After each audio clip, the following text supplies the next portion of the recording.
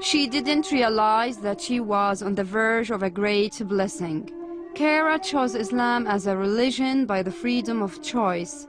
Her marriage to a Muslim didn't affect her choice, but the actions of her husband and children as good Muslim examples influenced her greatly and led her to that straight path of the truth, which created an inspiring story she is proud to tell.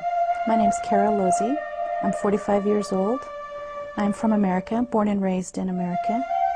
I became a Muslim in 1993. Once we got married, I started learning about Islam little bit by little bit. My husband was, like I said, a very good example of Islam, of a good Muslim, and he never forced me or pushed me or anything like that.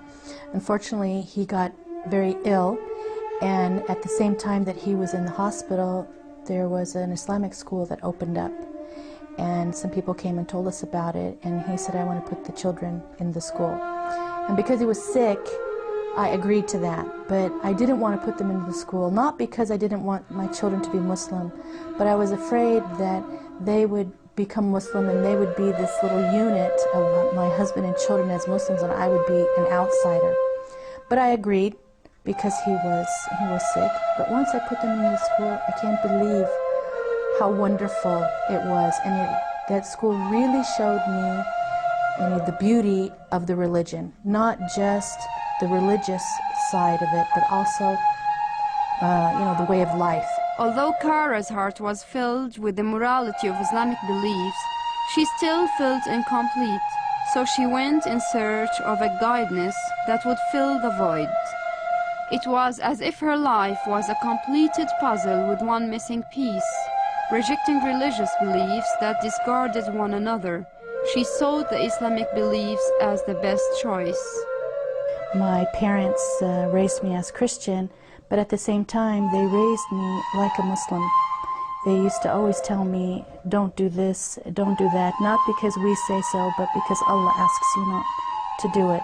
So I think my whole life I was a Muslim, but I just didn't know how to find Islam. My father was Catholic, my mother Protestant. When my father married my mother, they excommunicated him from the Catholic Church. So he was very disappointed in the church. So when I came along, they decided that they would let me find the religion that I felt the most comfortable with. The problem with that was every time I went to a different church, they would tell me, if you don't belong to this church, you're going to hell. If you don't belong to this church, you're going to hell. If you don't belong to this church, you're going to hell. And then I got really scared. So I went to my dad and I said, I'm scared I'm going to pick the wrong one. Why can't I just have a direct line between me and God? Kara seems to balance the importance of her physical and spiritual life and has a great ambition and determination to succeed. I am the director for the American ESL Center in Amman, Jordan. We teach English to adults. My husband, it's really actually a family affair. My husband helps me.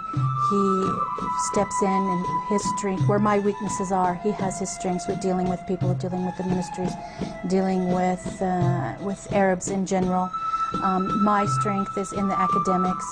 So we really work together as a family to promote our center, not only for teaching English, but also teaching understanding, tolerance, and patience between the two cultures. In the future, we hope to open up some other centers in the Middle East, in the Gulf area, in Syria and Lebanon, inshallah. Kara established a new life for herself with the Creator's gratification. In simple words, Kara would like to send a message to those who feel lost and are afraid of the unknown.